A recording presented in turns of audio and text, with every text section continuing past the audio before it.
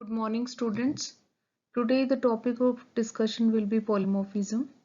Polymorphism means the ability to take many forms, right? So, basically, we can say we are using one interface for multiple methods, which means that one interface can be used to perform different but related activities. As we have already talked about function overloading, overriding, and operator overloading. So, it was the concept based on polymorphism, okay? Now, if we are talking about polymorphism, we already know that we are having two different types of polymorphism. One is basically known as compile time or static polymorphism, and another is runtime, and that is dynamic polymorphism, right? So, in compile time polymorphism, static binding is done. The compiler makes the decision of function calling at compile time only because all the address information required to call a function is known at compile time. So the advantage of static binding is its efficiency as it requires less memory and function calls are faster. The compile time polymorphism is implemented in C++ using function overloading and operator overloading. Okay. Now the second one, that is runtime or dynamic polymorphism. In runtime polymorphism, dynamic binding is performed. The decision regarding the calling of function is made by the compiler at runtime. This is because all the address information to call a function is known only at runtime. So basically the address binding is done at the runtime. So in C++, runtime polymorphism is implemented using the concept of virtual functions. And we will be talking on this virtual functions in another slide. But before talking on virtual functions, we should know the basic difference between compile time polymorphism and runtime polymorphism. In compile time polymorphism, we were using the concept of function overloading and operator overloading that we have already done in a class.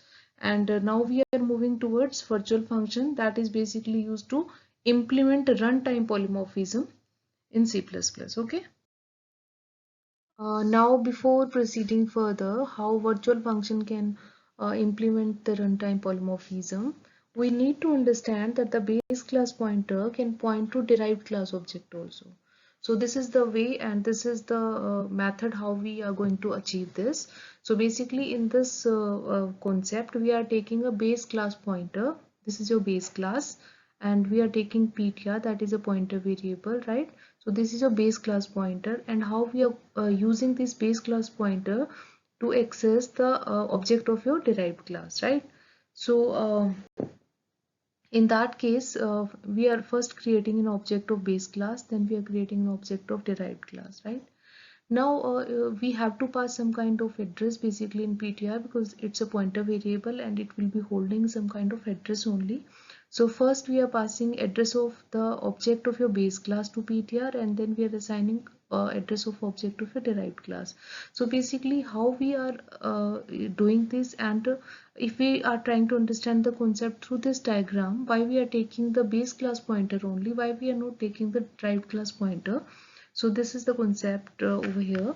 So suppose this is your base class object, this is your derived class object, right? Now if we are taking base class pointer, it has accessibility. Basically it can access base class object also and it can access derived class object also. But if we take derived class pointer, it will not be able to access base class object through derived class pointer. So that is the reason why we are taking base class pointer. Okay. Now this is the concept of virtual function basically. How we are going to achieve runtime polymorphism through this virtual function.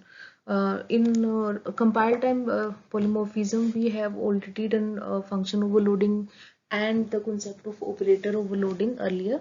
But now we are moving towards virtual function, right?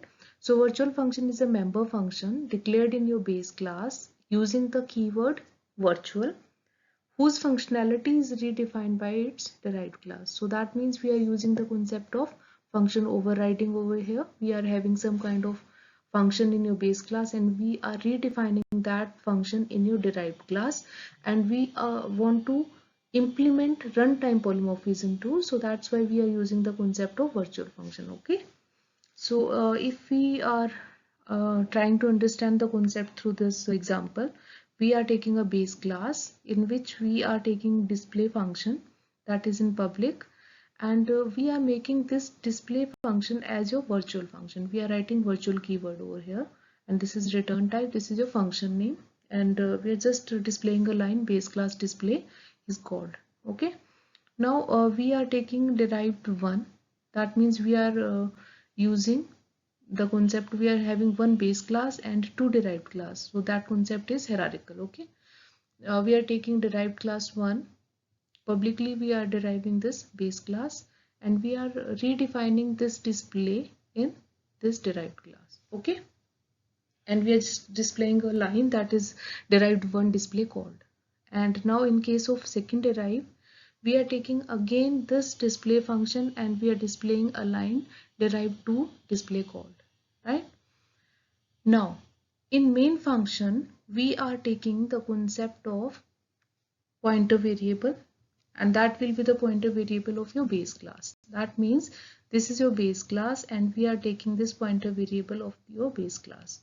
Now we are creating d1, that is object of derived 1, d2, that is object of derived 2. Now in ptr, that is the pointer variable, to access the object of derived class we are passing this address d1 to ptr first, and then we are calling the function display. Now by calling this display, it will call the display of derived one, because runtime polymorphism is achieved. And in second case also in ptr we are assigning ampersand d2. D2 is this object, we are passing address of this object to ptr. Now again we are calling display, right? And this is the output basically. So this is the concept how we are achieving the concept of runtime polymorphism using the concept of virtual function. Okay, now we are taking different example to show the concept of virtual function, that is runtime polymorphism in C++.